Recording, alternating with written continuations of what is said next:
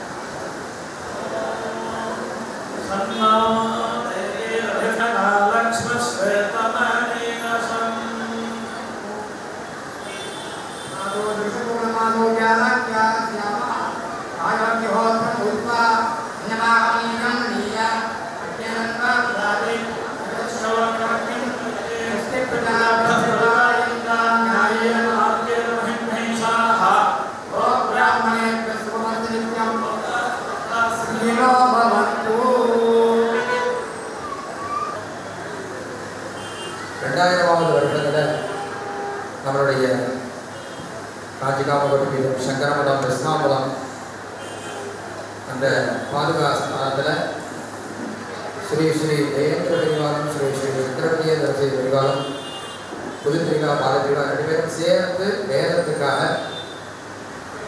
வேத மகோத்சவம் கொண்டாடணும். அதில் ஆதிசங்கரரை பிரதானமாக வச்சுட்டு குரு பக்தி எல்லாருக்கும் வரணும் அப்படிங்கிற ஒரு சங்கல்பத்தை வச்சுட்டு இந்த ட்ரஸ்ட்டை ஆரம்பிச்சோம்னா நமக்கு இங்கே இருக்கிற எல்லாருக்கும் தெரியும். வருஷம் இங்கே வந்துட்டுருக்கு. இங்கே பகவத்பாதா ஜெயந்தியை தவிர இந்த ட்ரஸ்ட்டு வேறு எதுவும் பண்ணுறதில்லை. பெரியவங்க எல்லாருக்கும் பேரும் பெரியவாக தான் வச்சா ஸ்ரீ ஜெகத்குரு அப்படின்னு பேர் வச்சோம். ஜெகத்குருன்னு நீங்கள் வேறு எந்த பேரும் வைக்க வேண்டாம் அப்படின்னு சொல்லி அதுக்கப்புறம் நியூமராலஜிலாம் பார்த்து எப்படி வேணுமோ வேத பாராயண ட்ரஸ்ட்டு சமிதி ஏன்னா வெள்ளோடதெல்லாம் பார்த்தா ஒரு விஜயபாலன் பாடம் வச்சுப்பா அப்படின்னு விட்டுட்டோம். அந்த மாதிரி இந்த ஜெகத்குரு வேதபாலன ட்ரஸ்ட் அப்படிங்கிறது 1999 வெங்கநல்லூர் பிள்ளையார் கோவிலில் முதல்ல ஒரு பாராயணத்தை ஆரம்பித்து அங்கே ஒரு பிரார்த்தனை பண்ணிட்டு 2000வது வருஷத்தில் இங்கே சங்கரமடத்துலேருந்து ஆரம்பித்து தொடர்ந்து நடந்துட்டு கிட்டத்தட்ட இந்த அயோத்தியா மண்டலத்திலையும் சுமார் ஒரு 2006-7 வருஷத்துலேருந்து இங்கே தொடர்ந்து இங்கே அயோத்தியா மண்டபத்தை நாம் இங்கே வாடகைக்கு எடுத்துருந்து இந்த மண்டபத்தை இந்த ஜெயந்தி இங்கே கொண்டாடிட்டு இருக்கோம். 2019வது வருஷம் இந்த ட்ரஸ்டோடைய 20வது வருஷமாக இருந்தது. அந்த சமயத்தில் அதிருத்ர மகா யஜ்ஞம் பண்ணினோம். அப்போ எல்லாம் இங்கே வந்திருந்தாங்க. ரொம்ப கோலாகலமாக நடந்தது. இந்த அதிருத்ர மகா யஜ்ஞத்தில் ஒவ்வொரு நாள் ஒவ்வொரு மடாதிபதிகள் நடந்திருந்தாங்க. அநேகமாக இங்கே இருந்தாங்க. ஒவ்வொரு நாள் ஒவ்வொரு மடாதிபதிகள் நடந்தாங்க. சில நாளில் 2 மடாதிபதிகள் இருந்தாங்க. அந்த மாதிரி நடந்த மகோத்சவத்தில் தட்சிணாமூர்த்தி சிங்கேரி சாரதாபீடம் கூடலி சமஸ்தானத்துடைய 71வது பீடாதிபதி இவருடைய குருநாதர் இங்கே வந்து நமக்கு 3 நாள் இங்கே சந்திரமௌலீஸ்வரர் பூஜையை பண்ணி அத்தனை பக்தர்கள் எவ்வளோ பேர் அவளை ஆட்டிமேஷன் போனால் நிறையா பிக்ஷாவனங்கள் பண்ணினா நிறையா தரிசனம் இங்கே தான் அவங்க ஒரு 4 பேர் தள்ளி ஒரு நாள் தங்கத்துக்கு ஏற்பாடு பண்ணோம். அத்தியுதமாக இருந்து அப்போது ஒரு வார்த்தை போது சொன்னார். ஒரு வார்த்தை கூடலி சாரதாமடம் ரொம்ப பிரசித்தியாக இருக்கணும். ஆனால் ஏதோ காலப்போக்கில் எங்கேயோ உள்ள இன்டீரியராக இருக்கிறதுனால யாரும் அந்த பக்கம் நீங்கள்லாம் தரிசனத்துக்கு வராமல் இருக்கு. நீங்கள்லாம் எங்கள் அம்பாவை வந்து ஒரு தடவை தரிசனம் பண்ணும்போது உங்களுக்கு அபரிமிதமான ஞானம் தரிசிக்கும்.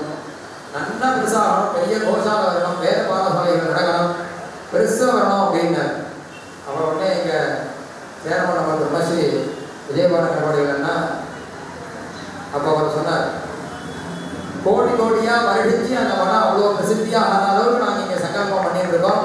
அபரிமிதமாக வரப்போகுது அப்படின்னா அந்த அபரிமிதமாக நம்மளுடைய ஸ்வரூபம் தான் இப்போ வந்துருக்கக்கூடிய குருநாதர். கூடலி சமஸ்தானம் ரொம்ப பிராச்சீனமானது. பகவத்பாதால் 32 வருஷம்தான் ஸ்தூல சரீரத்தோட நமக்கு காட்சி கொடுத்தார். ऋग्वेदத்தில் ஸ்ரீருத்ரத்தில் பிரமாணம் இருக்கு. நம சங்கராய வயஸ்கராய நம சிவாய சிவகராய நம்ம சொல்கிறோம். ஸ்ரீருத்ரத்தில் சதுர்பிஹி சகசிஷ்யேஸ்து சங்கரா அவதரிஷ்யதி அப்படின்னு புராணங்களில் சொல்கிறது. 4 சிஷ்யரோட பரமேஸ்வரன் சங்கரர் அவதாரம் பண்ணுறார். இந்த மாதிரி பல பிரமாணங்களில் இருக்கக்கூடிய அவதாரம் நம்முடைய சங்கர பகவத்பாதாச்சாரியருடைய அவதாரம். ஆச்சாரியால் அப்படின்னு சொன்னாலே சங்கர பகவத்பாதாச்சாரியால் தான் எல்லாருக்கும் தெரியும். அவ 32 வருஷம் 4 வருஷம் காலடியில் இருந்தார். அப்புறம் 4 வருஷம் அத்தியனம் பண்ணினா 4 வேதத்தையும் 8 வருஷத்தில் முடித்தார். அடுத்தது 12 வருஷத்துக்குள்ள எல்லா சாஸ்திரத்தையும் முடித்தார். 12 வருஷத்தில் கை சிறந்து 16 வயசு வரைக்கும் பிரம்மசூத்திரத்துக்கு பாஷ்யத்தை எழுதினார். நம்மளுடைய அவதார சங்கல்பம் பூர்த்தியாயிருந்து அந்தர்தானமாகலாம் அப்படிங்கிறதான ஒரு சங்கல்பத்தில் வந்தார். அப்போது வியாசாச்சாரியால் காசியில் வந்து அவருக்கு பிரத்யட்சமாக எதிர்க்கிறது வாதம் பண்ணி 2 பேரும் வாதம் பண்ணிட்டே இருக்கா. வாதம் அப்படியே ஒருத்தருக்கு பரஸ்பரம் கேள்விகள் போயிட்டே இருக்கு. மாநிலத்துக்கு வந்திருக்க வியாசாச்சாரியார் அவர் கூட இந்த பத்மவாதத்தை சொல்றார். சங்கர சாட்சியாது வியாசம் நாராயணஸ்வயம் மயோகோ விவாதே சம்பிராப்தே கிங்கராக கிங்கரிஷதிங்கிறார். நீங்கள் பேசினே இருக்க சாட்சியால் சங்கரனா வந்திருக்கார், நாராயணரே வியாசரா வந்திருக்கார். இப்படி 2 பேரும் நீங்கள் பரஸ்பரம் பேசினே இருக்கேன். நாங்கள்லாம் என்ன பண்ணுறது, அப்படி என்ன கைமாறு பண்ணுறது இந்த ஒரு காட்சிக்காக அப்படின்னு சொல்லும் பொழுது மாறுவேஷத்தில் வந்ததார் வியாசாச்சாரியார் தன்னுடைய சுயரூபத்தை காமிச்சார். உடனே அனுகிரகம் பண்ணி வியாசாச்சாரியார் பகவத் பாதாவுக்கு 816 வருஷத்தை கொடுத்து இதை எல்லாத்தையும் பிரச்சாரம் பண்ணணும், எல்லா திக்கிலையும் பிரச்சாரம் பண்ணணும், வேத மதம் பிரச்சாரமாக இருக்கணும், சனாதன மதம் பிரச்சாரமாக இருக்கணும், எல்லா இடங்களையும் சனாதன மதத்தை மறுபடியும் புனருத்தாரணம் பண்ணணும். ஏன்னா இது அவர் ஏற்படுத்தினது இல்லை, அவர் புனருத்தாரணம் பண்ணது தானே தவிர அவர் ஏற்படுத்தலை. இது அனாதி காலமாக இருக்கக்கூடியது. சனாதனங்கிற மதத்துக்கு அதுதான் அர்த்தம். நமக்கு கொஞ்ச நாளாக சொல்லி தெரியாத பார்த்துட்டே இருப்பாங்க, தனியாக சொல்லணும் அவசியம் இல்லை.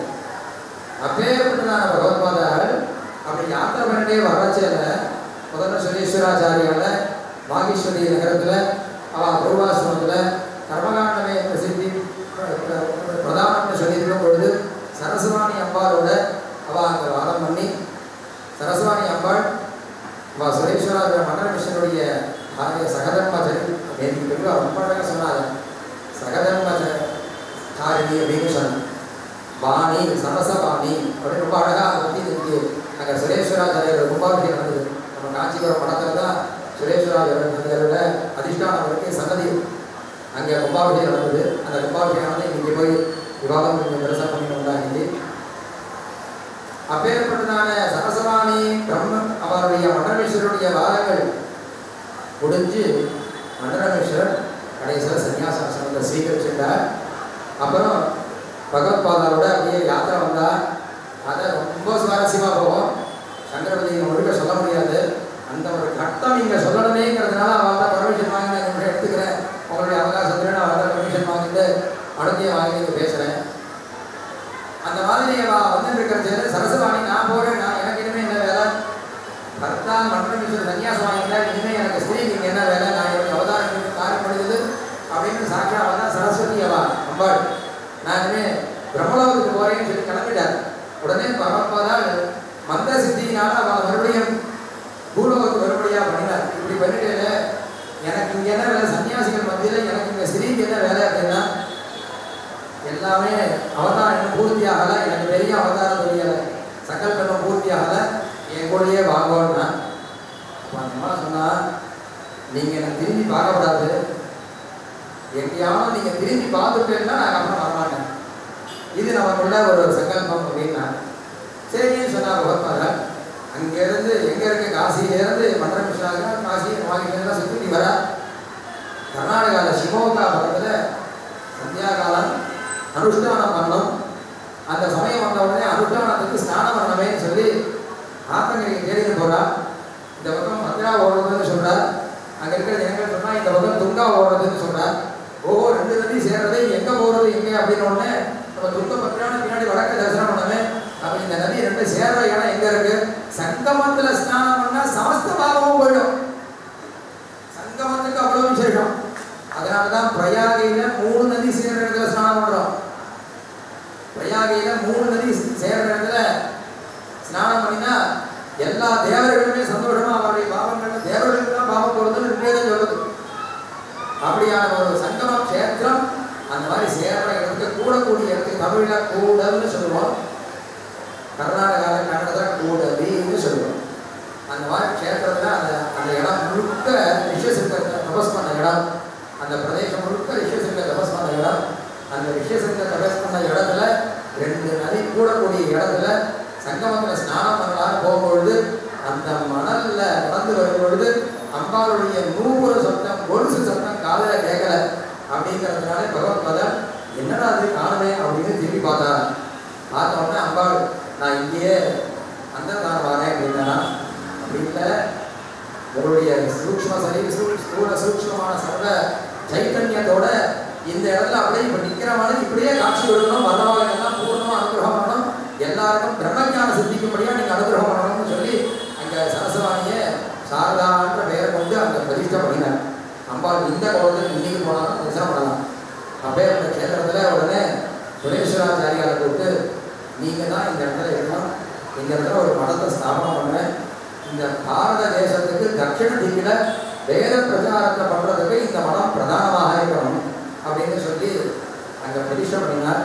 பகவத்பாதாரத்தை மன்ன விஷயம் சொல்கிற சுரேஸ்வராச்சாரியார், நான் என்னுடைய பாரியா பூர்வாசிரமத்தில் நான் எப்படி பூஜை பண்ண முடியும், அவருக்கு தெரியாது இல்லை, இருந்தாலும் ஒரு கேள்வி கேட்குறேன். உடனே அவர் பகவத்பாதார் சொல்கிறார், இப்படி இருக்கணும்னு தெரியும் அப்படின்னு சொல்லி பக்கத்தில் இன்னொரு சிஷ்யரை கூப்பிட்டு சுரேஸ்வராச்சாரியாருக்கு அவரால் வகையால் முத்திரோபதேசம் பண்ண வைக்கிறார். அவருக்கு பிருத்வீதரன்னு தெரியும். அவர் தான் முதல் பீட்டாதிபதியாக தட்சிணாம்நாய சிங்கேரி சாரதா பீட கூடலி சமஸ்தானத்தில் முதல் பீட்டாதிபதியாக பிருத்வீதரர் அப்படின்னு சொல்லி அந்த பீட்டத்தை அலங்கரித்தார்.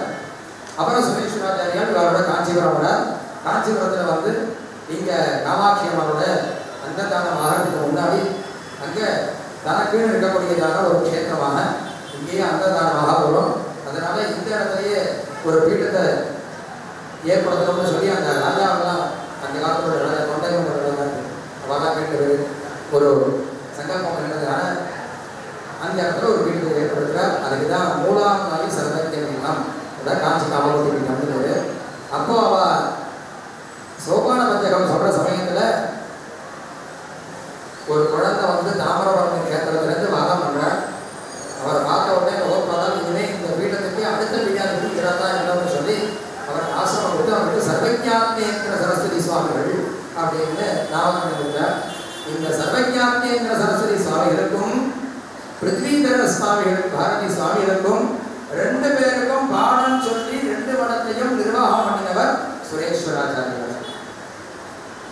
காஞ்சிபுரம் மடத்தையும் கூடலி மடத்தை சிங்கேரி மடத்தையும் நிர்வாகம் பண்ணி, நிர்வாகங்களை நீங்கள் இன்றைக்கி போய் காஞ்சிபுரம் மடத்தில் பார்த்தீங்கன்னா குரு பரம்பரையில் சுரேஸ்வராச்சாரியார் பேர் இருக்கு. அங்கேயே அவர் அதிஷ்டானம் பண்ணார். அப்பேற்பட்டதான பீட்டத்தில் 72வது பீட்டாதிபதியாக பரமபூஜ்ய ஸ்ரீ ஸ்ரீ அபிநவ சங்கர பாரதி மகாசுவாமிகள் இன்றைய தினம் அவள் சன்னியாசாசனம் ஸ்வீகரணம் பண்ணிட்டு முதல் இங்கே மெட்ராஸுக்கு இப்போ தான் வராங்க. முதல்ல முதல் விஜய யாத்திரை இந்த சன்னகுடியில் முதல் விஜய யாத்திரையே அவருக்கு எப்படி அமைந்ததுன்னா பகவத்பாதாவுடைய விஜய யாத்திரையாக அமைந்தது. அவள் மகோத்சவமாக நேராக அவள் வந்து இறங்கின இடம் நாங்களே எங்கேயா தமிழ்நாடு யோகா பண்ணிக்கணும். ஞானப்பிரதாயினியான சாரதா அம்பாளுடைய ஸ்வரூபமாக இருக்கக்கூடியதான காளி கோவிலில் அங்கே வந்து அம்பாளுடைய சன்னிதானத்தில் தான் அவர் இறங்கி அங்கிருந்து வர்றார்.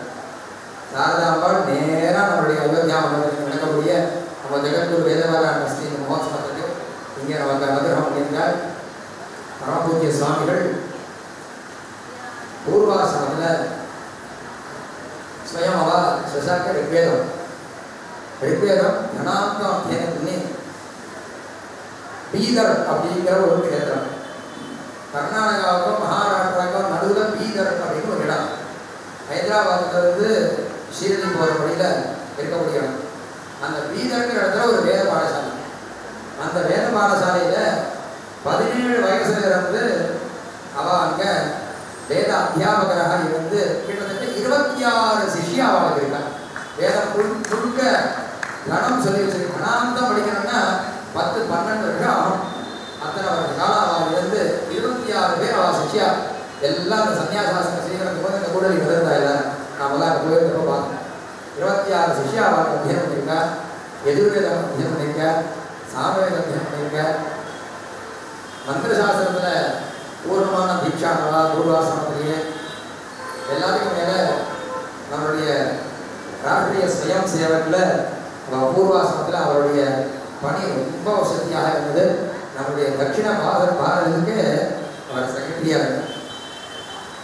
குலக்கல்வியை உத்தாரணம் பண்ணணும் அப்படின்னு சொல்லி 2019 கோவிட் வந்தப்போ வெளியில் போகிற சமயத்தில் வெளியில் போகாமல் ஆற்றுல சும்மா ஒரு இடத்துல உட்காரக்கூடாதுன்னு சொல்லி நம்மளுடைய மெக்கானிக் சிஸ்டம் எல்லாத்தையும் எடுத்து ஒன்றுன்னா ரிசர்ச் பண்ண ஆரம்பிச்சு அதிலிருந்து குலக்கல்வியை மறுபடியும் உதாரணம் பண்ணணும்னு சொல்லி கிட்டத்தட்ட ஒரு 20-25 இடங்கள்ல 20-25 இடங்கள்ல இந்த நம்மளுடைய பிராச்சீன கல்வி பద్ధதியை எஜுகேஷன் பద్ధதியை மேலே கொண்டு வந்து இன்னைக்கு அந்த இடங்கள்ல அந்த பாடசாலை நடந்துட்டு அதோட சாஸ்திரம் படிக்கிறவங்கெல்லாம் சிம்மஸ்பட்டமாக இருக்கக்கூடிய இடம் தெனாலி பரீட்சை. தெனாலியில் போய் பரீட்சை கொடுக்குறது ரொம்ப சிரமம் சாஸ்திரம் படிக்கிறோம். அந்த போர்டில் அந்த எக்ஸாம் போர்டில் அவள் பூர்வாசிரமத்தில் ஒரு நிர்வாகஸ்தராக இருந்தார். உஜ்ஜைன் எக்ஸாம் போர்டில் உஜ்ஜைனில் இருக்கக்கூடிய வேத பிரதிஷ்டானில் அந்த எக்ஸாம் போர்டில் ஒரு பிரதான நிர்வாகஸ்தராக இருந்தார். இப்படி பல இடங்களில் எஜுகேஷனுக்காக பாடுபட்டு அதனால தான் அம்பாள் சாரதாம்பாள் வித்யைக்கு பிரதானமாக இருக்கக்கூடியவர் இல்லையா. அதனால் இனிமேல் நீங்கள் அந்த ஆசிரமத்தில் பண்ணிட்டு போகிறோம், இனிமேல் துரியாசிரமத்திலிருந்து பண்ணலாம் வாங்கோன்னு நினைச்சுக்காருக்கு. அதனால் அந்த பீடத்தில் 72வது பீடாதிபதியாக இங்கே தட்சிணாமூர்த்தி சாரதா பீடம் கூடலி சமஸ்தானத்தில் அவள் ஆசிரம ஸ்வீகரணம் பண்ணிட்டு இப்போ ரொம்ப அற்புதமாக நீங்கள் யாரும் போனாலும் அங்கே தங்கி இருக்கலாம். அந்த பிரதேசத்தில் இருக்கக்கூடிய கோவில்கள்லாம் பார்க்கலாம். அன்ன வசதி ஏற்பாடு பண்ணியிருக்கார். தங்கறதுக்கு வசதி ஏற்பாடு இருக்கு. எல்லா விதமான வசதிகளும் இருக்கு. நீங்கள் ஒரு 50 பேர் திடீர்னு போயிருந்தா 50 பேருக்கும் சொல்லாமல் வந்துட்டேன்னு கேட்கறதுக்கான விஷயமே இல்லை. நீங்கள் திடீர்னு 50 பேர் போயிருந்தா 50 பேருக்கு தங்கறதுக்கு ஆகாரத்துக்கு எப்படி ஏற்பாடு. நம்ம எங்கெங்கயோ பிக்னிக் போயிருக்கோம். அவள் குருநாதர் கூப்பிட்டு அப்படியே வாங்கோ எல்லாரும் எங்களுக்கு வாங்கோன்னு இவன் சொன்னார். அந்த வாழ்க்கெல்லாம் உபச்சாரம் பண்ணவே அவள் சிரமப்படாமல் இருக்கணுமே அதுக்கான வழியெல்லாம் பண்ணி வச்சுட்டார். அப்படி குருவாக்கிய பரிமாணத்தோட அந்த பீடத்தை நிர்வகித்து இருக்கக்கூடியதான பரமபூஜ்ய ஸ்ரீ சங்கர அபிநவசங்கர பாரதி சுவாமிகள் எங்களுடைய நம்மளுடைய சகஸ்திரஜந்தி மகாவித்யத்துக்கு அம்பாளுடைய ஸ்வரூபமாக எங்கள் வந்திருக்கார். அவளுக்கு நம்முடைய ஜகத்தூர் வேகமாரான சார்பாகவும் வந்திருக்கக்கூடிய பக்த மகான்கள் எல்லாருடைய சார்பாகவும் ஸ்வாகதம் சொல்லி கிருதஜாபூர்வமாக நமஸ்காரங்கள் தெரிவிச்சுக்கிறோம். ஸ்வாகதம் தே ஜெகத்குரு, ஸ்வாகதம் தே ஜெகத்குரு. அடுத்ததாக இப்போ எல்லாரும் நம்ம எழுந்து ஸ்வாகதம் ஆயுசனா போடுமா, எழுந்து நமஸ்காரம் பண்ண வேண்டாமா. அவள் மடத்துடைய பദ്ധதியாக நம்ம எப்படி காட்சி மடத்தில் ஸ்வஸ்தி சொல்கிறோமோ அது வந்து அவளும் அந்த ஒவ்வொரு மடத்துக்கும் ஒரு ஸ்வஸ்தி இருக்குது. அதை சொல்ல போகிறா. அதை சொல்லி அவளுக்கு குருவத்தை நம்ம சமர்ப்பணம் பண்ண போகிறோம். அதுக்கப்புறம் அவளுடைய அனுகிரகம் கிடைக்க போகுது.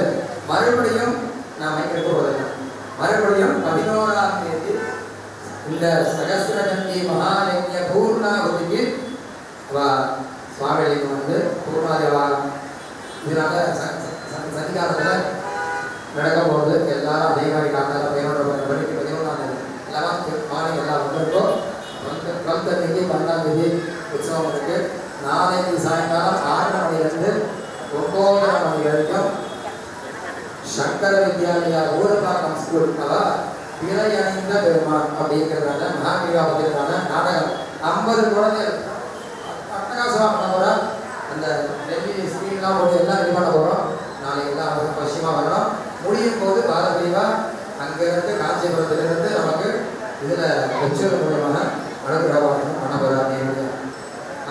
பார்வதி பதவே ஹர மகாதேவ கோவிந்த நாம சங்கீர்த்தனம் கோவிந்தா கோவிந்தா. சக்கரவர்த்தி அநாத்ய விச்சின்ன ஸ்ரீ சங்கராச்சார்ய குரு பரம்பரா பிராப்த ஷட்தர்ஷன ஸ்தாபனாச்சார்ய வியாக்கியான சிம்ஹாசனாதீஸ்வர சகல நிகமாகம சார விஷய சாங்கியத்ரய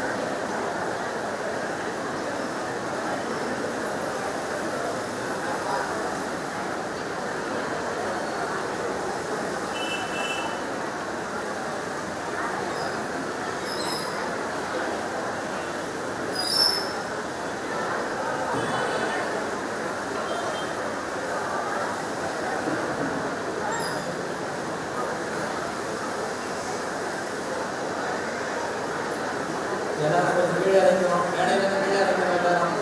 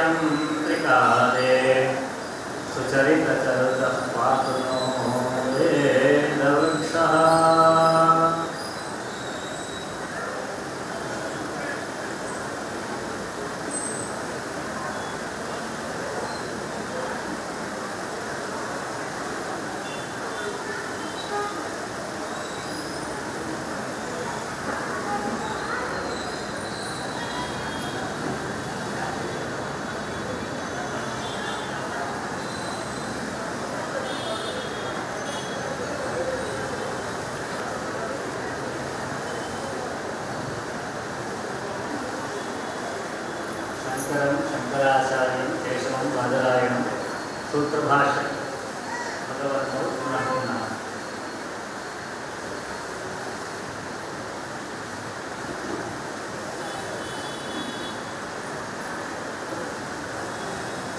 ஏற்கனவே பரமேசாஸ்திரிகள் பிரஸ்தாவனையில் சொன்ன மாதிரி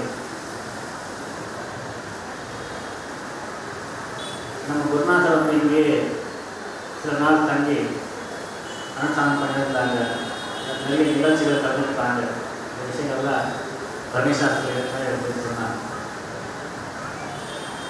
அதே விதமாக இந்த வருஷம் அயோத்தியா மண்டலம் இருக்கக்கூடிய சஹஸ்ரசண்டி மகாயாகத்தில் நீங்கள் கலந்து கொள்ளணும், நீங்கள் வரணும்னு சொல்லிட்டு பரமேசாஸ்திரிகள் சொல்லும்போது நமக்கு இந்த சென்னை விஜய யாத்திரைக்கு அது ஒரு எக்ஸ்கியூஸாக நமக்கு கிடைச்சது.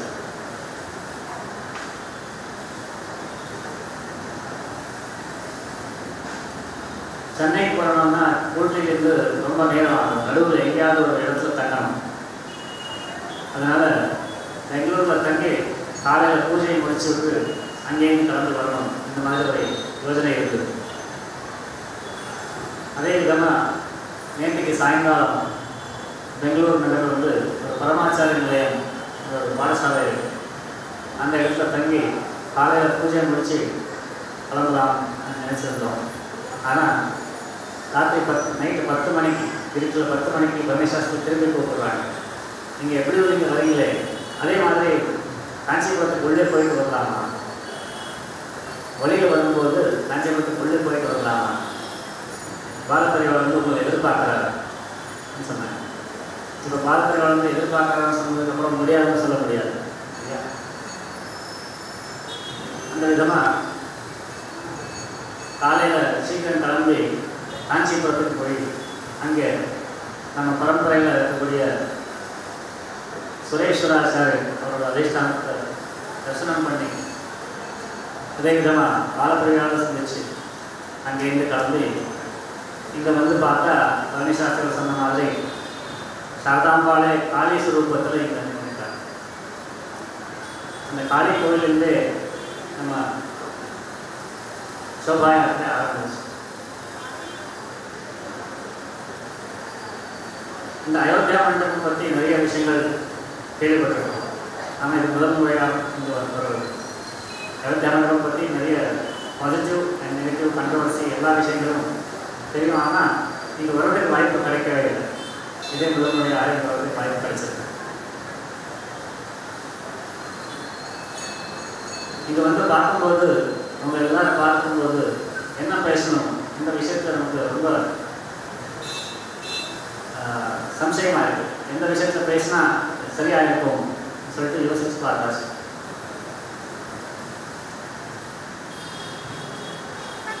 நிறைய விஷயங்கள் பின்னாடி ஏற்கனவே இந்த அயோத்தியா மண்டபம் விஷயத்தில் நடந்திருக்கு.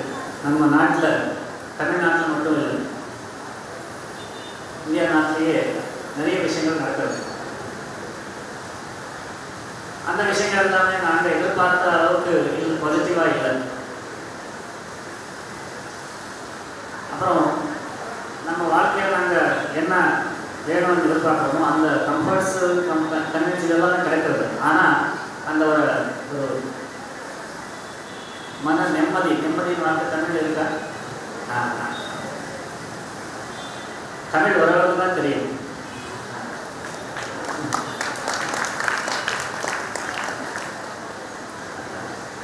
அந்த நிம்மதி கிடையாது. அது இல்லாத என்ன காரணம்னு சொன்னால் அதுக்கு நிறைய ஃபேக்டர்ஸ் இருக்கு. அதோட பார்த்தீங்கன்னா இப்போ நாங்கள் காளி கோயில் இறங்கின உடனே நிறைய பேர் நமஸ்காரம் பண்ணாங்க. நம்ம பையனுக்கு ஜாப் கிடைக்கணும், நம்ம கல்யாணம் ஆகணும், இந்த மாதிரி நிறைய விஷயங்கள் கேட்பாங்க, ஆசீர்வாதம் பண்ணணும். அதே மாதிரி யாராவது ஒருத்தர் அரசியல்வாதிகள் யாராவது கொஞ்சம் நல்லா பேசக்கூடியவர் இந்த மாதிரி ஆட்கள் பார்த்தாங்கன்னா அந்த பிரச்சனை இருக்குது, இந்த சமயத்தில் இந்த பிரச்சனை இருக்குது, அதை நீங்கள் சால்வ் பண்ணணும், இது நீங்கள் சால்வ் பண்ணுங்கோ, இந்த மாதிரி சொல்லுவோம். அந்த எதிர்பார்ப்பு இருந்துகிட்டே இருக்கு. இதுக்கு காரணம் என்ன சொன்னால் தைரியத்துவம். தைரியம் தைரியம் பலாயனம் சொல்லுவாங்க. அந்த தைரியம்ன்ற குணம் நமக்குள்ள வந்திருக்கு. அது எப்படி வந்திருக்கு சொன்னால் அதுக்கு ஒரு பெரிய ஹிஸ்ட்ரி இருக்கு. இப்போ நாங்கள் எப்படி யோசிக்கிறோம் சொன்னால் அந்த யோசனைக்கு பின்னாடி நிறைய பெரிய பேக்ரவுண்ட் இருக்கு. அந்த பேக்ரவுண்ட் வச்சு தான் நாங்கள் இப்படி யோசிக்க முடியும். உதாரணத்துக்கு நாங்கள் எப்போவுமே சொல்கிற உதாரணம் தான் என்னன்னா, ஒரு காலத்தில் பிரிட்டிஷ்காரங்க என்ன யோசிச்சாங்கன்னா, இந்த இந்துக்கள் எல்லாமே நிறைய பேர் நிறைய வெப்பன்ஸ் வச்சுக்கிறாங்க. எல்லாத்தையும் சிரஸ்தானம் தலை மேலே ஏதாவது ஒரு சிரஸ்தானம் இருந்தது. அது வேறு வேறு ஜாதி, வேறு வேறு வருணம், வேறு வேறு குலம், வேறு வேறு இது ப்ரொஃபஷன் படி அது மாறும். எல்லோரும் ஒரே மாதிரி போட்டுக்க மாட்டாங்க. ஆனால் சிரஸ்தானம் எல்லாருக்குமே கட்டாயமாக இருந்தது. இன்றைக்கும் கர்நாடகாவில் இந்த விவசாயிகள் இந்த கடைசியாக அந்த ஹார்வெஸ்ட் கொண்டு வரும்போது, வீட்டுக்கு கொண்டு வரும்போது தலை மேலே ஒன்றும் இல்லாமல் அது தொட மாட்டாங்க.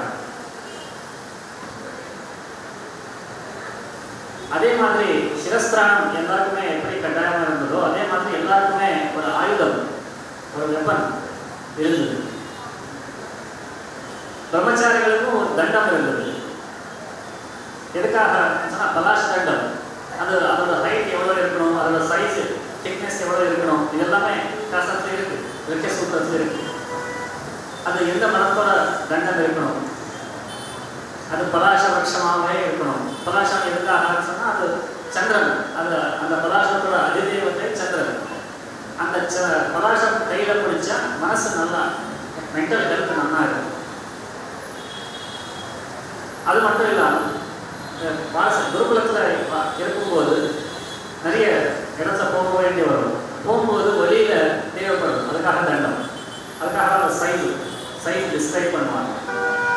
இந்த மாதிரி வாத்தியார் வீட்டில் இருந்து வேதம் வாசிக்கக்கூடிய ஒரு பிரம்மச்சாரிக்கும் ஒரு கையில் ஒரு தண்டம் இருந்தது, வெப்பன் இருந்தது. வேறு வேறு சத்திரியருக்கு, வைசியருக்கு எல்லாருக்குமே நிறைய நிறைய விதமான ஆயுதங்கள் இருந்தது. பெண்களும் ஆயுதம் பயன்படுத்துவாங்க. ஆயுதம் தானே.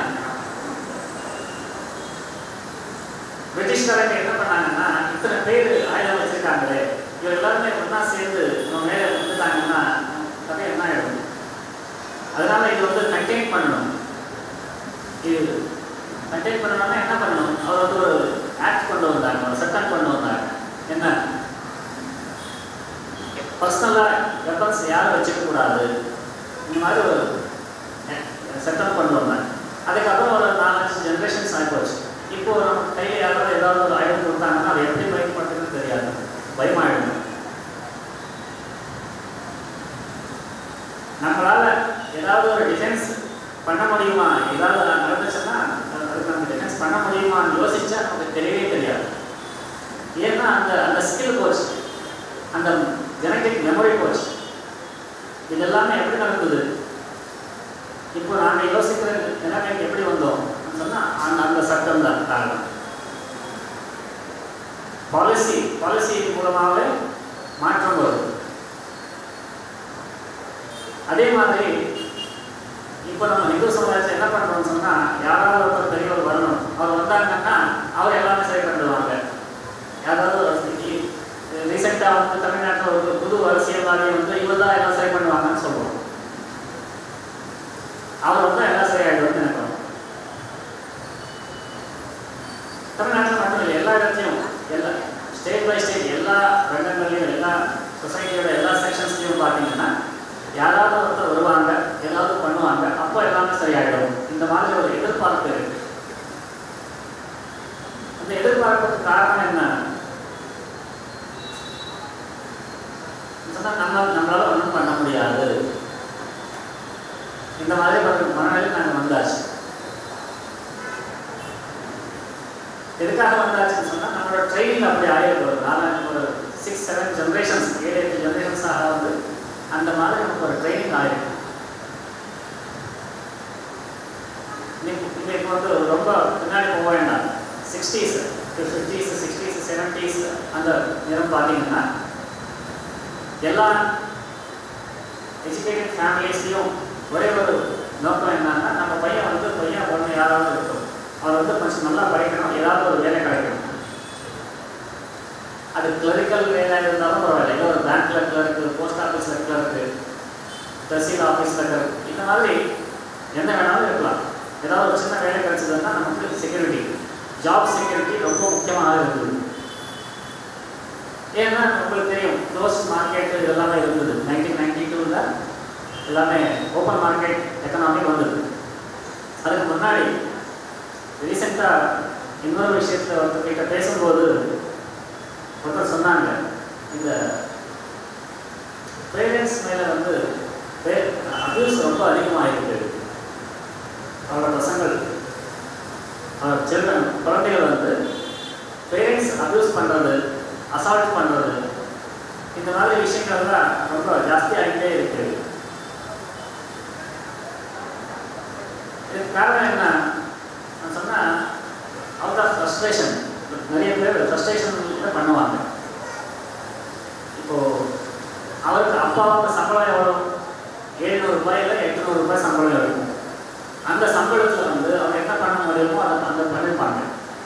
ஆனால் இந்த காலத்தில் வந்து அவர் கூட இருக்கிறவர்கிட்ட பார்ப்பாங்க. உதாரணத்துக்கு, எனக்கு 40 வயசு ஆச்சு, நான் வந்து என்னோடய பேங்க் பேலன்ஸ் இவ்வளோ இருக்குது, இந்த வண்டி இருக்குது, இவ்வளோ வீடு இருக்குது, என்னோட கிளாஸ்மேட் இருக்கான், அவனுக்கும் 40 வயசு, அவனுக்கு இது இருக்குது, இது இருக்குது, இது இருக்குது, எனக்கு அது இல்லையே. இந்த மாதிரி சமுதாயத்தில் மார்க்கெட்டிங் லாங்குவேஜும் வந்தாச்சு. மனிதனும் ஒரு ப்ராடக்டாகவே பார்க்குறாங்க. பார்க்கறதுனால ரீசெண்டாக ஒரு வீடியோ பார்த்தேன். If you are 30 and you are not making 1 crore, you are doing a mistake. இந்த மாதிரி ஒரு அட்வர்டைஸ்மெண்ட் அவனோட கோர்ஸ் சேல் பண்ணுறதுக்காக இந்த மாதிரி இந்த லாங்குவேஜ் அவன் பேசுகிறான். ஏன்னா 30 வயசு ஆகிருக்கு உங்களுக்கு, நீங்கள் ஒரு 1 கோடி ரூபாய் சம்பாதனை பண்ணலைன்னா நீங்கள் ஏதோ தப்பு பண்ணுறீங்க, நீங்கள் என்கிட்ட வாங்கோ, நான் சொல்லித்தரேன் உங்களுக்கு, எனக்கு ஃபீஸ் கொடுப்போ. இந்த மாதிரி ஒரு மனநிலை உருவாக்குறாங்க. ஸோ அந்த மாதிரி 30 வயசில் 1 கோடி ரூபாய் சம்பாதிக்கணுமா, நான் சம்பாதிக்கவே முடியலையே, ஏன் முடியல? அப்பா எனக்கு சரியான எஜுகேஷன் கொடுக்கல, அம்மா அதை பண்ணல. இந்த மாதிரி ஒரு கம்பேரிசன், இந்த கம்பேரிசன் பண்ணி கம்பேரிசன் மூலமாக வந்து பிட்டர்னஸ், ஒரு ஃப்ரஸ்ட்ரேஷன் வரும். அந்த ஃப்ரஸ்ட்ரேஷன் மூலமாகவே அவர் வந்து பேரண்ட்ஸ் அசால்ட் பண்ண ஆரம்பிச்சிருக்காங்க. நிறைய பேர் அவர் சரியாக பார்த்துக்கிறதில்ல, அது ஒரு வேறு விஷயம். ஆனால் வயலண்ட் அசால்ட் ஆன பேரண்ட்ஸ் நடக்கிறது நிறைய இடத்துல நடக்கிறது. அது சொன்னேன், அந்த காலத்தில் இருக்கக்கூடிய economic condition of the country, நம்ம நாட்டோட எக்கனாமிக் கண்டிஷன் எப்படி இருந்தது, அதோட இம்பேக்ட் தான் இப்போ இப்படி ஆகிருக்கு. இவருக்கு தெரியாது, அப்பா சம்பாதிக்கும் போது இந்த மாதிரி மன்மோகன் வந்ததே கிடையாது. இந்த மாதிரி ஒரு ஓப்பன் மார்க்கெட் எக்கனாமியே கிடையாது, க்ளோஸ்ட் எக்கனாமியாக இருந்தது, எல்லா சோஷியலிசமும் கம்யூனிசம் இன்ஃப்ளூயன்ஸ் இருந்தது. இந்த மாதிரி அந்த விஷயங்கள் எமர்ஜென்சி இருந்தது. இந்திரா காந்தி காலத்தில் எமர்ஜென்சி இருந்தது. என்னென்ன ஆச்சு, என்னென்ன நடந்தது, இவ்வளோ இண்டஸ்ட்ரீஸ் மூடி போச்சு, இதெல்லாம் அவருக்கு ஒன்றும் தெரியாது. அவருக்கு என்னன்னா இவன் இது இப்படி பண்ணுறான், இவன் சொல்கிறான், அது முடியல, நான் பேரண்ட்ஸ் தான் காரணம். அதே மாதிரி 60s 70s 80s வந்து நம்ம பையன் இது பண்ண ஏதாவது ஒரு சின்ன வேலைக்கு போனால் போதும் அப்படியே இருந்தது. நான் சொன்னால் அவ்வளோ தாரித்திரம் நம்ம தேசத்தில் இருந்தது, நம்ம நாட்டில் இருந்தது. அதிலிருந்து வெளியே வரணும்னா வேறு வழியே தெரியல. அட்லீஸ்ட் நாங்கள் சேஃபாக இருக்கணும், மேலே போகாமல் ஒரு வசதியாக இல்லாமல் இருந்தாலும் பரவாயில்ல, ஆனால் நாங்கள் வந்து கீழே விடக்கூடாது. அதுக்காக ஒரு சின்ன சேஃப்டி வேணும். சேஃப்டி என்ன? ஒரு வேலை, ஒரு பர்மனெண்ட் வேலை, அது இருந்தால் போதும். அதுக்காகவே எல்லா எஃபர்ட்ஸும் பசங்க ஏதாவது பண்ணுறாங்களே, நீ ஃபஸ்ட் நீ படி, அதுக்கப்புறம் பார்க்கலாம். ஃபஸ்ட்டு நீ படிச்சுட்டு வேலை வாங்கி அதுக்கப்புறம் என்ன வேணும்னு பார்க்கலாம் இல்லையா? இந்த மாதிரி ஒரு மனநிலை இருந்தது. ஆனால் இப்போது இந்த ஜென்ரேஷனுக்கு அந்த மனநிலை இல்லை. நிறைய பேர் வந்து படித்து முடிச்சதுக்கு அப்புறமும் ஒரு 1 வருஷம் 2 வருஷம் 3 வருஷம் 20 பேர் எக்ஸ்பயர் பண்ணுறாங்க. இந்த மாதிரி நாங்கள் நம்ம வீட்டில் எப்படி யோசிக்கிறோம், நம்ம சமுதாயம் பற்றி நாங்கள் எப்படி யோசிக்கிறோம், நம்ம நாட்டை பற்றி நாங்கள் என்ன யோசிக்கிறோம், இதுக்கு மேலே நம்ம நாட்டு யாரோட கையில் இருக்குது, என்ன பாலிசிஸ் இருக்குது, பின்னாடி யார் கையில் நாடு இருந்தது, அவரோட பாலிசிஸ் என்ன, இது எல்லாமே சேர்ந்து தான் நம்ம இப்படி எப்படி இப்போ நமக்கு இருக்கக்கூடிய மனநிலை ஏற்படும். இதில் மாற்றம் கொண்டு வரணுமே. மாற்றம் கொண்டு வரணும்னா நான் யாரோ ஒருத்தர் வருவாங்க, அவரெல்லாம் சரி பண்ணிடுவாங்க. அகைன் அதுதான் தைரியம்.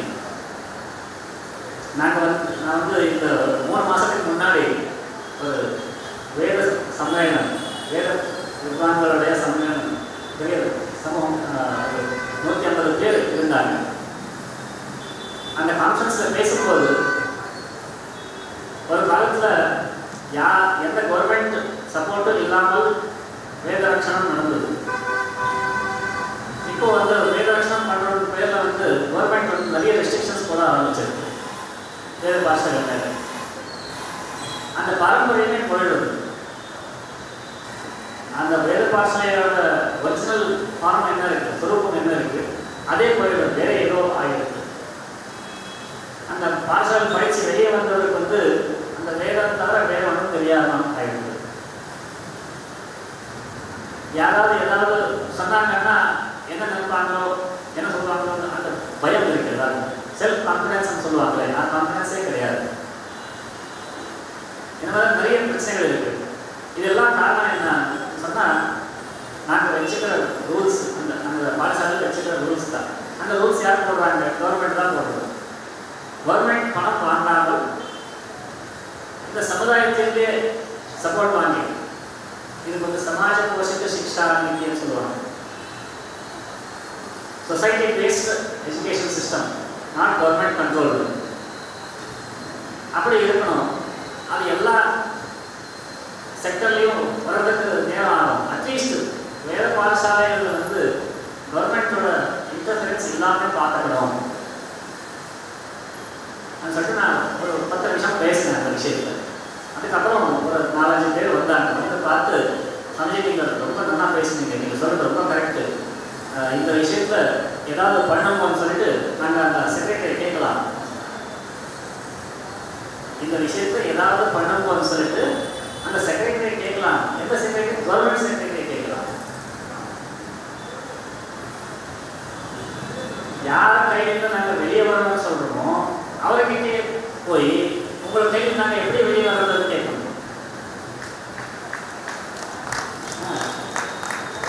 அந்த மனநிலைக்கு தைரியம் வந்திருக்கு. அந்த அளவுக்கு தைரியம்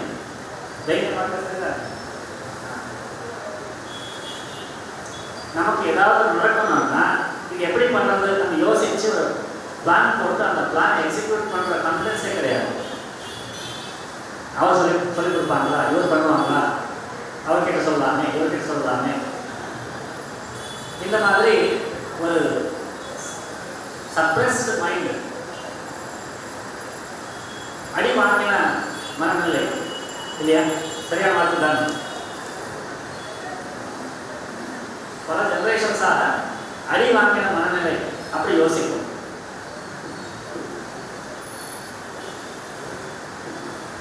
இந்த மனநிலைக்கு நாங்கள் வெளியே வரணும்னு சொன்னால் என்ன பண்ணணும்?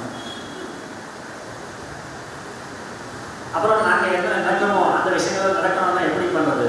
என்ன பண்ணணும் தெரியாது. நான் சாதாரண ஆள், நம்மளால் என்ன பண்ண முடியும்? யார்கிட்டயாவது சொல்ல முடியும், அவ்வளோதானே. ஆனால் ஒரு நாட்டில் மக்களுக்கு இருக்கக்கூடிய பலம் யாருக்குமே கிடையாது. ஆனால் மக்களுக்கு எப்படி பண்ணுறது, என்ன பண்ணுறது தெரியாது. இப்போ வந்து ஆயுதம்ன்ற உதாரணம் சொன்னேன்.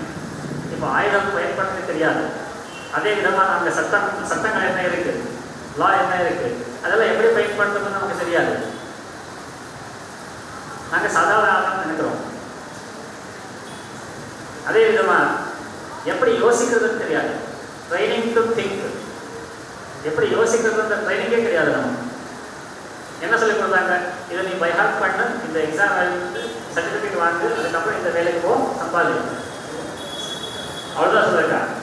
யோசிக்கிற ட்ரைனிங்கே கிடையாது. அதனால நமக்கு இந்த மாதிரி ஒரு தைரியம் இந்து சமுதாயத்தில் வந்திருக்கு. அந்த தைரியத்திற்கு வெளியே வரணும் அப்படின்னு சொன்னால்,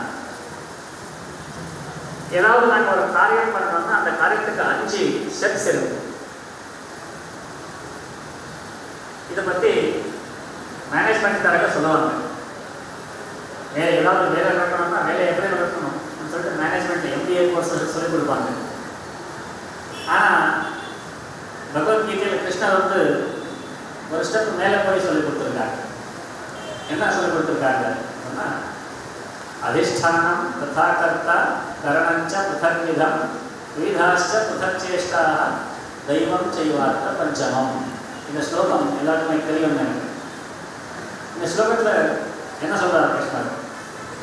அதிஷ்டானம், ஏதாவது ஒரு வேலை ஆகணும்னா அந்த வேலைக்கு வந்து அதிஷ்டானம்னா ஃபவுண்டேஷன், பேசிஸ் வேணும்.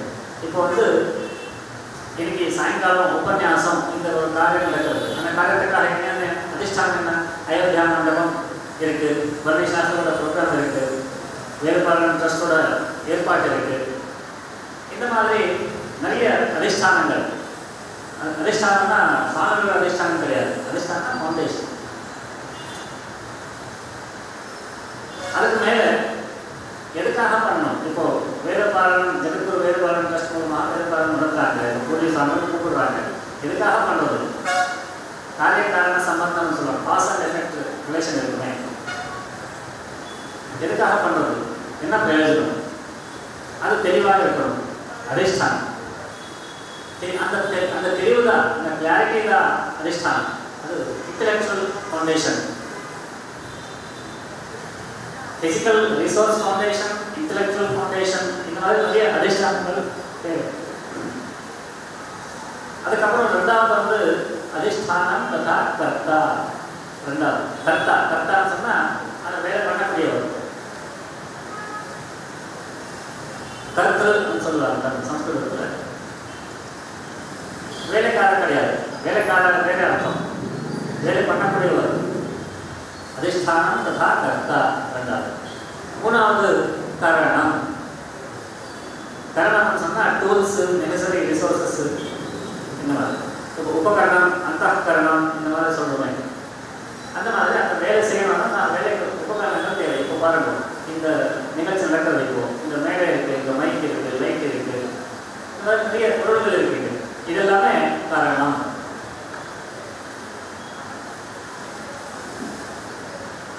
காரணம் பృథக் விதம் சொல்லுவோம். பృథக் விதம்னா நிறைய விதமான பொருள்கள், வெரைட்டிஸ் ஆஃப் டூல்ஸ். நாலாவது வந்து விவிதாச்ச பృథக் சேஷ்டா, வேரியஸ் டைப்ஸ் ஆஃப் ப்ராசஸ். விவிதாச்ச பృథக் சேஷ்டா. சேஷ்டா, சேஷ்டா மீன்ஸ் ப்ராசஸ், ஆக்டிவிட்டி.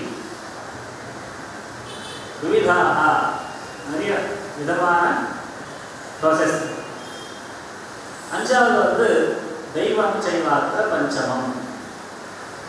அந்த தெய்வானுகிரகமும் அஞ்சாவதாக அங்கே இருக்கணும். அந்த தெய்வம் என்ற வார்த்தைக்கு என்ன அர்த்தம் நாங்கள் சொல்கிறோமோ அது எல்லாமே நம்ம அண்டர்ஸ்டாண்டிங் எப்படி அதுபடி நாங்கள் அதை டிஃபைன் பண்ணலாம். சில பேருக்கு தெய்வம்னு சொன்னால் வெங்கடேஸ்வர சுவாமி, காமாட்சி அம்பாள் இந்த மாதிரி பர்சோனிஃபைடு ஃபிகர். சில பேருக்கு தெய்வம் சொன்னால் வேறு அர்த்தம் இருக்கு.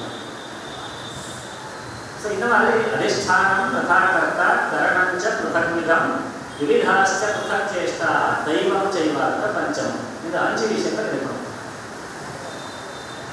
இந்த 5 விஷயத்தில் வந்து நாங்கள் ஃபாலோ பண்ண அந்த ப்ராசஸ் ஃபாலோ பண்ண அந்த வேலை நடக்கும். இப்போ நம்ம சமுதாயத்தில் வந்து எந்த மாதிரி மாற்றங்கள் வரணும்னு நாங்கள் நினைக்கிறோமோ அது பண்ணணும்னா அதுக்கு என்ன, எதுக்காக பண்ணணும், எப்படி பண்ணணும், யார் பண்ணுறது, எங்கே பண்ணுறது, இதை பற்றி யோசிக்கணுமே.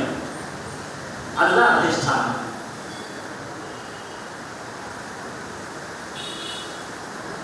அது யோசிச்சதுக்கு அப்புறம் அதிஷ்டானம் ததாகர்த்தா, அப்புறம் கரணம், என்னென்ன பொருட்கள் தேவை, என்னென்ன ப்ராசஸ் இருக்கு, அப்புறம் தெய்வம், தெய்வானுகிரகம் இருக்கு. இந்த வழி நாங்கள் ஃபாலோ பண்ணால் நாங்கள் நினைச்ச வேலைகள் செய்ய முடியும். அது செய்யாமல் யாராவது ஒருத்தர் வருவாங்க, ஏதோ செய்வாங்க, இந்த மாதிரி எதிர்பார்ப்பு இருந்துச்சுன்னா அதை யாராவது ஒருத்தர் வருவாங்களே அவர் வந்து செஞ்சாலும் இந்த ப்ராசஸ் தான் ஃபாலோ பண்ணணும். அவர்கிட்ட புது ப்ராசஸ் இருக்காது. இதில் வந்து இன்னொரு விஷயம் என்னன்னா கதாபதிக்கோ லோகா. இப்போ ஒரு வாரத்துக்கு முன்னாடி ஒரு ஊரில் வந்து ஒரு நிகழ்ச்சி நடந்தது. அங்கே நிறைய தேவையில்லாத விஷயங்கள் நடந்தது. அந்த ஏற்பாட்டாளர்கள் கூப்பிட்டு நாங்கள் கேட்டோம், இது எல்லாம் எதுக்காக பண்ணீங்க? ரொம்ப வருஷமாக நடக்கிறது, ரொம்ப வருஷமாக நடக்கிறது. சரி, ஆனால் இப்போ என்ன தேவை இருக்குது, எதுக்காக பண்ணீங்க, பிரயோஜனம் என்ன சொல்லுவோம் தெரியலன்னு சொன்னாங்க. ஸோ இந்த மாதிரி என்ன பிரயோஜனம், எதுக்காக என்ன பண்ணுறோம் தெரியாமல் நாங்கள் நிறைய வேலை செய்கிறோம். இதுக்கு என்ன சொல்லுவாங்கன்னா கதானுகதிகத்துவம். அந்த சாஸ்திர மொழியில் வந்து சாஸ்திர டெர்மினாலஜியில் வந்து கதானுகதிகத்துவம் ஒருத்தர் ஏதாவது வழியில் போயிருக்காங்கன்னா அந்த வழியிலே போகிறது. பெரிய காட்டுக்குள்ளே போயிட்டீங்க, காட்டு வழிக்கு போனால் எங்கே போகுது, எந்த பக்கம் போகிறதுன்னு தெரியாது. அப்போது அங்கே வந்து ஒரு சின்ன வழி மாதிரி தெரியுது. யாரோ ஒருத்தர் ஒரு 4 பேர் அங்கே போயிருக்காங்க, அவரோட ஃபுட் பிரிண்ட்ஸ் அங்கே இருக்குது. ஓ இதுதான் வழி நான் நினச்சி அந்த வழியிலே எல்லாருமே போவாங்க. இது நம்ம சமுதாயத்துடைய சகஜ சுபாவம். கதானுகதிகத்துவம். யாரோ எவ்வளோ பண்ணுறாங்க, நான் கூட பண்ணணும். எல்லாருமே ப்ரீ வெட்டிங் ஷூட் பண்ணுறாங்க, நாங்களும் பண்ணணும். எதுக்காக தெரியாது. ஸோ இதுக்கு வந்து நவாச்சாரம்னு சொல்லுவாங்க. ஃபேஷன், இங்கிலீஷில் ஃபேஷன் சொல்லுவாங்க, சம்ஸ்கிருதத்தில் நவாச்சாரம்னு சொல்லுவாங்க. நவாச்சாரம் புது ஆச்சாரம். நவாச்சாரம் புது ஆச்சாரம். இந்த புது ஆச்சாரங்கள்லாம் எப்படி வர்றது சொன்னால் நிறைய மார்க்கெட் ஃபோர்ஸஸ் வந்து அதை கண்ட்ரோல் பண்ணுது. அந்த மார்க்கெட் தேவையான கலாச்சாரங்கள் நவாச்சாரங்கள் வந்துட்டே இருக்கு. அந்த மாதிரி கதானுகதிகத்துவம். யாரோ எதோ பண்ணுறாங்க, நாங்கள் அப்படியே பண்ணலாம், அப்படி போக அது சமுதாயத்தோட சகஜ சுபாவம். அது தப்பு கிடையாது. கதானுகதிகோ லோகா ந லோக பாரமார்த்திகா. அது சகஜ சுபாவம் தான். அந்த சுபாவத்தில் மாற்றம் கொண்டு வரது ரொம்ப கஷ்டம். அந்த வழியில் போகாமல் யாராவது ஒருத்தர் புது வழியில் போயிட்டாங்கன்னா ஓ ரொம்ப புத்திசாலின்னு சொல்லுவோம். இவர் தான் தலைவர்னு சொல்லுவோம். இந்த லீடர்ஸ் வந்து சமுதாயத்தில் எப்படி வருவாங்க? யாராவது ஒருத்தர் நாங்கள் லீடர்னு சொல்கிறோமே, அவர் லீடர் எப்படி ஆகிட்டாங்க பார்த்தீங்கன்னா அவர் அந்த வழி ஃபாலோ பண்ணல. ஃபாலோ பண்ணாமல் என்ன தேவை இருக்குது அங்கே பார்த்து அதுக்கு என்ன பண்ணணும் சொன்னேன். அந்த அதிஷ்டானத்தை அந்த ப்ராசஸ் ஃபாலோ பண்ணாங்க. அந்த ஃபாலோ பண்ணதுனால அவர் புதுசாக ஏதோ பண்ணுறாங்க. ஓ இவர் தான் வழி காட்டுவார், இவர் தான் நம்ம வழி காட்டு கைடிங் லைட் நான் சொல்லுவோம். இந்த கைட் லைட் ஆகிற தகுதி சில பேருக்கு மட்டும்தான் இருக்கும், சமுதாயத்துக்கு ஃபுல்லாக இருக்காது. அதனால தான் லீடர்ஷிப்பும் ஃபாலோவர்ஸு எல்லாம் இருக்கும். அந்த லீடர்ஷிப் வந்து தான் நமக்கு எல்லாமே சரியாகும் இப்படி எதிர்பார்க்காமல் நாங்கள் வந்து ஒரு சமுதாயமாக ஏதாவது செய்யணும் அப்படின்னு சொன்னால் அவங்க முடிவு பண்ணால் இந்த 5 விதமான ப்ராசஸ் பண்ணுமே. அது மட்டும் இல்லாமல் ஒரு காரிய பద్ధதி தேவை, பிளான் ஆஃப் ஆக்ஷன் தேவை. அதேபடி ஒரு ப்ராசஸ் தேவை. அதை வந்து விவிதாஷ்ட பிரதம் ஒரே வார்த்தையில் கிருஷ்ணன் சொல்லிட்டாங்க. ஆனால் எப்படி, எந்த ப்ராசஸ், எந்த சேஷ்டை பண்ணணும், எந்த ஆக்டிவிட்டி பண்ணணும் அப்படின்னு சொன்னால் நாங்கள் வந்து அதுக்கு ஒரு சின்ன காரிய பద్ధதிக்கு ஒரு 6 நியமங்கள் இருக்குது. எப்படிப்பட்ட நாங்கள் காரிய பద్ధதி நாங்கள் வச்சா அதை எல்லாருமே வந்து கலந்துக்குவாங்க. ஏதாவது நாங்கள் ஒரு விசாரம் பண்ணணும், வேலை செய்யணும்னு சொன்னால் அந்த காரிய பద్ధதி இருக்கணும். அந்த காரிய பద్ధதி 6 லட்சணங்கள். முதல் வந்து நித்தியம். அது நித்தியம்னு சொன்னால் ரெகுலராக இருக்கணும். இப்போது எவ்ரி ஃப்ரைடேன்னு சொன்னால் எவ்ரி ஃப்ரைடே, திங்கக்கிழமை சொன்னால் திங்கக்கிழமை ஃப்ரைடே வந்ததானா. ஸோ அந்த மாதிரி ஒரு ரெகுலர் பேசிஸாக நடக்கணும். டெய்லின்னு சொன்னால் டெய்லியும் இருக்கணும். நித்தியம் முதல் லட்சணம். ரெண்டாவது வந்து சுகமம் சொன்னால் அது வந்து ஈஸியாக பண்ணக்கூடிய வேலையாக இருக்கணும். உதாரணத்துக்கு நாங்கள் வந்து ஏதோ ஒரு வேலை செய்யணும், நீங்கள் வாங்கன்னு சொல்லிட்டு நாங்கள் ஒருத்தர் கூப்பிடுவோம். கூப்பிட்டு அங்கே வந்து போகிற வரவே நீங்கள் வந்து கிக் பாக்ஸிங் சொல்லி கொடுக்க ஆரம்பிச்சிட்டிங்கன்னா அவருக்கு கிக் பாக்ஸ் பண்ண தெரியாது, ரொம்ப கஷ்டமாயிடும் அவருக்கு. சுகமம், ஈஸியாக பண்ணக்கூடிய, சகஜமாக பண்ணக்கூடிய வேலையாக இருக்கணும். நித்தியம், சுகமம். மூணாவது சுலபம், அது ஈஸியாக அப்ரோச்சபிளாக இருக்கணும். நாங்கள் வந்து இங்கே அயோத்தியா மண்டபத்தில் வந்து ஏதோ ஒரு காரிய பద్ధதி வச்சுருக்கோம், வேலை வச்சுருக்கோம். நீங்கள் வந்து அம்பத்தூர்லேருந்து ஆள் கூப்பிடுறீங்க, நீங்கள் டெய்லி வரணும்னு சொல்கிறீங்க. எப்படி வர முடியும்? அவர் பஸ் பிடிச்சி எங்கிட்ட வர்றதுக்கு ரொம்ப நேரம் ஆகும். அது ஈஸியாக கிடைக்கிற மாதிரி இருக்கணும். நாலாவது வந்து சாதன ரஹிதம். சொன்னால் அந்த வேலை செய்யறதுக்கு நிறைய பொருட்கள் தேவை இருக்கக்கூடாது. நீ அந்த சேர் பண்ணுவா, டேபிள் பண்ணுவா, டிஃபன் ஏற்பாடு பண்ணு, சாப்பாடு ஏற்பாடு பண்ணு, மைக் பண்ணுவா, இல்லை பெரிய ஹால் வேணும். இந்த மாதிரி பொருளாதாரங்கள் தேவை ரொம்ப அதிகமாக இருக்கக்கூடாது.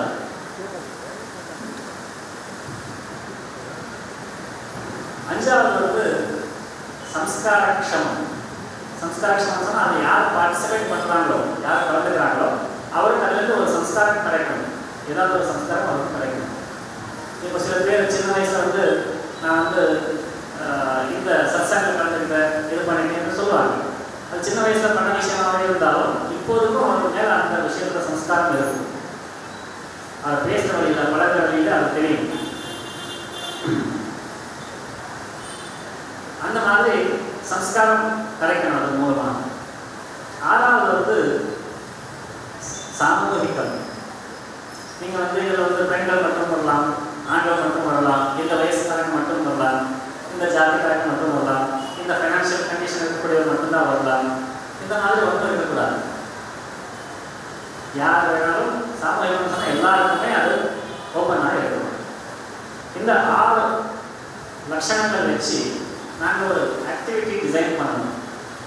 அந்த ஆக்டிவிட்டி மூலமாக நாங்கள் வந்து யோசிக்கலாம், வேலை செய்யலாம், மாற்றம் கொண்டு வரலாம்.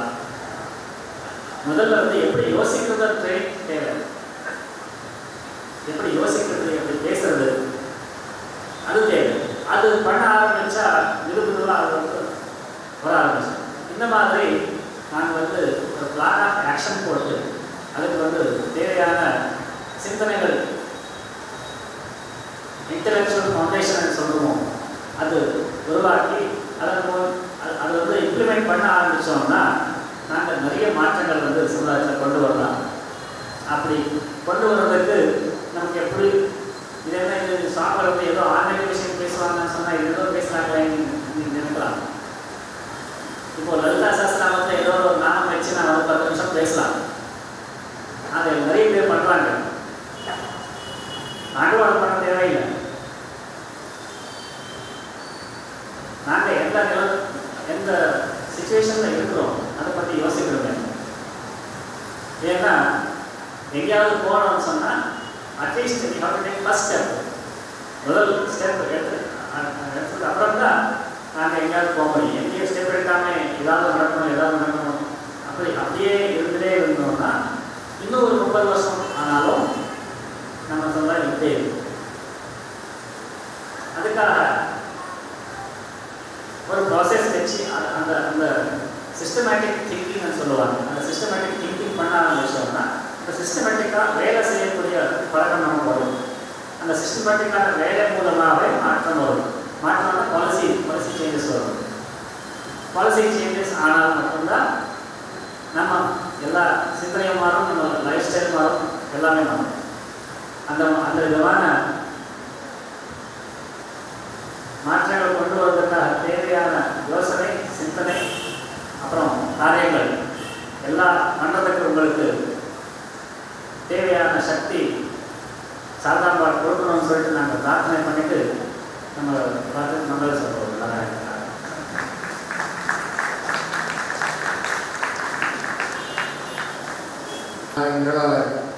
நிறைய தமிழ்லேயே நல்லா பிரவச்சனம் பண்ணார். ஆனால் அவர்கிட்ட நான் ஒரு விஷயம் முதல்ல சொல்ல வாங்கினேன். நீங்கள் தெய்வம் இங்கிலீஷ்லேயோ ஹிந்திலேயோ பேசியிருக்கோன்னு சொல்லியிருந்துருக்கலாம். அவர் இங்கிலீஷில் பேசியிருந்தாருனாக்கா ஒரு சிரமம் கூட வந்திருக்காரு. அவருடைய ஃப்ளூயன்சி அவருடைய யூடியூப்லேயே இருக்குது. ஐஐடி கேம்பஸில் ஒரு இது கொடுத்துருக்காரு, ஐஐடியில் கொடுத்துருக்காரு. இப்போ கூட இந்த ஒரு வாரம் முழுக்க அவருடைய ப்ரோக்ராம்ஸே அப்படி தான் டிசைன் பண்ணி வச்சுருக்காங்க. அவருடைய ஏற்பாடு பண்ணுறதுக்கு ஒரு டீம் வச்சுருக்காங்க. அந்த டீம் அப்படி தான் ஒர்க் பண்ணியிருக்காங்க. எல்லாம் எஜுகேஷன் சம்பந்தமாக இருக்கக்கூடிய அத்தனை பேரும் இவரை பார்க்கறதுக்கு வரா. இல்லை இவரை போய் அந்த கம்பெனியில் போய் அட்ரஸ் பண்ணுறதுக்கு போகிறாங்க. ஸ்கூல் கரஸ்பாண்டன்ஸு அந்த மாதிரி ஒவ்வொருத்தரும் எஜுகேஷனுக்கு தான் இவருடைய ஃபுல் லைஃப் சாக்ரிஃபைஸ் பண்ணிட்டு இருக்கார். அதனால் நம்மளுடைய சமுதாயம், சமூகம் ரெண்டும் சுமூகமாக போகிறதுக்காக இவன் இங்கே பிரயத்தனம் பண்ணிட்டுருக்கா. அவன் இந்த இதில் வந்து நம்மளுடைய இந்த உற்சவத்தில் கலந்துட்டு நம்ம அனுகிரகமாக இருக்கணும்னு அவர் ரொம்ப பிரதிஞானம் இருக்கணும்னு எல்லாத்தையும் பிரார்த்தனை பண்ணிக்கிறேன். இன்றைக்கி ராத்திரியில் வந்து ரத்னகிரீஸ்வரர் கோவில் பக்கத்தில் தியான மண்டபம் அப்படின்னு ஒரு இடம் இருக்குது. நம்ம பேனர் கூட போட்டிருக்கோம், அந்த அட்ரஸ் போட்டிருக்கோம். அங்கெல்லாம் தங்குற 11ஆம் தேதிக்கு காத்தாலே வர நான் அவளுக்கு நிறைய அப்பாயின்மெண்ட்ஸ் நிறைய ஒவ்வொரு இதில் நிறைய ஃபிக்ஸ் ஆகிருக்கு. அந்த இடத்துக்கெல்லாம் அந்த சில இடத்துக்கு அவள் போகணும், இல்லை அவன் எல்லாம் பார்க்கறதுனால அதில் கீழே போட்டுருக்கிற நம்பருக்கு ஃபோன் பண்ணி கேட்டுக்கிட்டு நம்ம இருக்கிற நேரத்துக்கு நம்ம அந்த இடத்துக்கு போகிற மாதிரி வச்சுட்டாக்க ரொம்ப 15 நாள் அவகாசத்தில் வர வேண்டிய கடைசியில் இப்போ திடீர்னு ஒரு 4 நாள் 5 நாள் அவகாசத்தில் வர்ற மாதிரி அவருடைய யாத்திரை அமைஞ்சு போச்சு. இன்றைய தினம் அங்கே காஞ்சிபுரத்துலேயும் பெரியவாரோட இவ்வளோ பெரியவாரும் கிட்டத்தட்ட ஒரு மணி நேரம் இந்த மாதிரியான ஒரு விஷயங்களை பற்றி நிறையா பேசுது. நம்மளுடைய வேடத்திலையும் அர்த்த சாஸ்திர பாடசாலான்னு பெரியவா ஏற்பாடு பண்ணியிருக்காங்க. ஜெயேந்திர சரஸ்வதி அர்த்த சாஸ்திர பாடசாலா. பாடசாலை வேலை படிக்கிறது தானே இல்லை, சங்கரா ஸ்கூலில் வேதமும் ஸ்கூலும் படிக்கிற மாதிரி ஏற்பாடு பண்ணியிருக்காங்க இல்லையா? அந்த மாதிரி அந்த வேடலில் ஏனாத்தூர் சன்ஸ்கிருத் காலேஜ், ஏனாத்தூர் காலேஜில் சந்திரசேகரேந்திர சரஸ்வதி விஸ்வமகா வித்யாலயாவில் படிக்கக்கூடிய பிஏ, பிகாம், பிஇ படிக்கக்கூடிய பசங்களுக்கு இங்கே hostel facilities, free accommodation, food எல்லாம் கொடுத்து அவளை கிட்டத்தட்ட ஒரு 100 பசங்க நித்தியம் சந்தியாவந்தனத்திலிருந்து காலத்தால் சூரிய நமஸ்காரத்திலேருந்து ராத்திரி ஸ்லோகம் சொல்லி படிச்சுக்கிற வரைக்கும் அத்தனை கலாச்சாரத்தோடு அந்த குழந்தைய வளர்த்துருக்காங்க. இது புருஷார்த்தம் பண்ணால் போராதுன்னு சொல்லி இப்போ சாஸ்திர சரணி அப்படின்னு ஒன்று ஆரம்பிச்சிருக்காங்க. ஸ்திரீகளுக்கும் இதே மாதிரி அதே காலேஜில் படிக்கக்கூடிய ஸ்திரீகள் அங்கங்கே ஹாஸ்டலில் தங்கி அவர்களுக்கும் இந்த மாதிரியான அனாச்சாரங்கள் ஏற்படக்கூடாதுங்கிறதுனால நான் ஆச்சாரத்தை முதலே சொல்லிட்டேன். நவாச்சாரத்தை சொன்னாலும் இந்த நவாச்சாரங்கள்லாம் வந்துடக்கூடாதுங்கிறதெல்லாம் முதல்ல வச்சுட்டு அவள் சாஸ்திர சரணின்னு ஒரு விஷயத்தை ஆரம்பித்து அந்த காஞ்சிபுரத்திலே நடந்துட்டு இதுக்கு முன்னாடி சம்பிரதாயமான ஒரு நடந்துட்டுருக்கு. அதில் கிட்டத்தட்ட ஒரு 800 குழந்தைகளை பொன் குழந்தைகளை இது வரைக்கும் காப்பாற்றிருக்காங்க. கிட்டத்தட்ட 800 குழந்தைகள் உங்களுக்கு யாருக்கும் நினைச்சா கூட ஆச்சரியமா இருக்கும். ஆந்திராவில் அப்பா அம்மாவே அந்த குழந்தைகள அவருடைய திரவியத்துக்கு தகுந்த மாதிரி விநியோகம் பண்ணிட்டு இருக்கக்கூடியதான குடும்பத்திலிருந்து ஒவ்வொரு குழந்தையும் எடுத்து அப்படி நம்மளுடைய ஜென்ரேஷன் நம்மளுடைய கிராம கலாச்சாரத்தை காக்க முடியாததான ஒரு சிரமப்படக்கூடிய இடங்கள்லாம் குழந்தை லைஃப் வந்து 6ஆம் கிளாஸ்லேருந்து இன்னைக்கு எல்லாரும் பிகாம் பிஏ எல்லாம் முடிச்சு அவன் ஆச்சாரமாக வளர்க்கப்பட்டு நிறைய வைத்தியாலே கல்யாணம் பண்ணிக்கிறான். அந்த அளவுக்கு அந்த பொன் குழந்தைகள் பார்க்குறோம். இந்த மாதிரி பொன் குழந்தைகள் மட்டும் போனால் போராதுன்னு சொல்லிட்டு அதே சம்பிரதாயம் பசங்க படிக்கிறதுக்காக ஆண் குழந்தைகளுக்கு கிட்டத்தட்ட 450 பசங்க திருப்பதியில் படிச்சுட்டு இருக்காங்க. ஸ்கூல் காலேஜ் எல்லாம் உள்ளுக்குள்ளேயே காலேஜ் எல்லாம் இதெல்லாம் நீங்கள் எங்கேயும் காஞ்சி படத்துடைய எந்த இடத்துலையும் யாரும் உங்களுக்கு பிரச்சாரம் பண்ண மாட்டாங்க. கலாச்சாரா யாராவது அங்கே சாப்பிட்ட விசுவாசத்துக்கு நாங்கள் ஏதாவது சொன்னால் தான் உண்டு. ஏன்னா நம்மளே பாதி பேர் கேட்குறதா 2 கிலோமீட்டருக்கு போயிடுவோம், மனசுலேயே தெரியாது. எல்லா இடத்துலையும் எஜுகேஷன் ஃப்ரீ, எல்லா இடத்துலையும் அகாமடேஷன் ஃப்ரீ, எல்லா இடத்துலையும் ஃபுட்டு எல்லாம் ஃப்ரீ. கிட்டத்தட்ட 10 வருஷமாக பண்ணிட்டு இருக்காங்க. இதை பார்த்துட்டு நார்த்தில் பூரியில் அங்கே 250 குழந்தைகள் இப்போ சேர்த்துருக்காங்க. இந்த வருஷம் 3 வருஷத்துக்கு முன்னாடி ஆரம்பிச்சு 250 குழந்தைகள் அந்த மாதிரி நடந்தது. இப்படி பல பல விஷயங்களை பிராச்சீன ஆச்சாரத்திலிருந்து நவாச்சாரத்துக்கு போகாமல் காப்பாற்றின்னு வந்துட்டு இருக்கக்கூடிய அதெல்லாம் யார் பண்ணணும்னா மந்திரிகள் பண்ண வேண்டிய விஷயத்தை சன்னியாசிகள் பண்ணிட்டு. சன்னியாசிகள் குடும்பமே வேண்டாம் அப்படின்னு போய் உட்கார வேண்டியவாறு போய் உட்கார்ந்தவால ஒரு குடும்பம் வேண்டாம், எல்லா குடும்பமும் உங்கள் குடும்பம் நான் அதை ஒப்படைக்கிற மாதிரி இன்றைக்கி நம்மளுடைய சூழ்நிலைகள் இன்றைக்கி அமைஞ்சிருக்கு. அப்படியான ஒரு பகவத்பாதாலே இப்படிதான் இருந்தார்.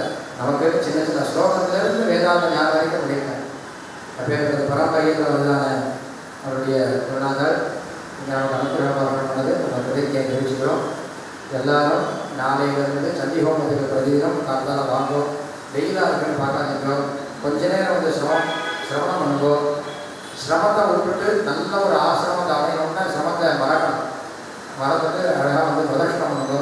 கிட்டத்தட்ட 60-70 பேர் தண்ணி பாராயணம் பண்ணுறார். ரம்யமாக கேட்டுட்டு கூட நீங்கள்லாம் பாராயணம் பண்ணுற அளவுக்கு நிறுத்தி பாராயணம் நடக்கிறது, போகங்கள் நடக்கிறது. நிறுத்தி எல்லாரும் பிரசாதங்களையும் ஸ்வீகரிச்சுக்கிறோம். இந்த தர்மத்துக்கு உங்களால் முடிஞ்ச அளவுக்கு பணம்ங்கிறது கடைசி. சரீரத்தினால முதல்ல உத்தாசம் கொடுக்கும். முதல்ல வந்து எங்கள்கிட்ட சுமூகமாக பேசுகிறோம், எங்களோட சக்கியம் வச்சுக்கோங்கன்னு உங்கள் எல்லாரையும் ஸ்வாகதம் பண்ணி நடத்தியும் வரவேற்கிறோம். நம பார்வதி பதஜே ஹர ஹர மகாதேவா. கோவிந்த நாம சங்கீர்த்தனம் கோவிந்தா. ஒரு 5-10 நிமிஷம் விடுகிறேன்னு அவன் மந்திராட்சத்தை வாங்கிக்கிறாள். மந்திராட்சத்தை வாங்கிக்கலாம். சுவாமிஜி வந்து முன்னாடி வந்து உட்காந்துருவேன். நீங்கள் இப்படியும் ஒரு வழியாக வந்து நம்ம போகிற மாதிரி வச்சுக்கோங்க.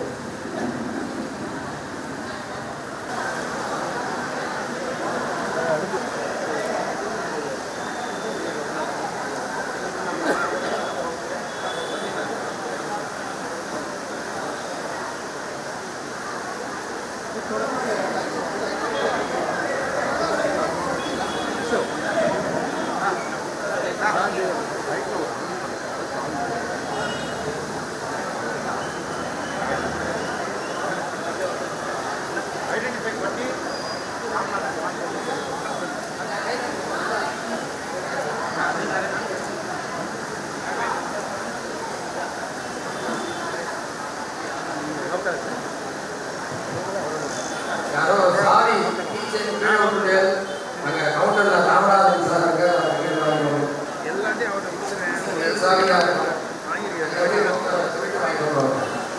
வீட்டு பூட்டு சாமி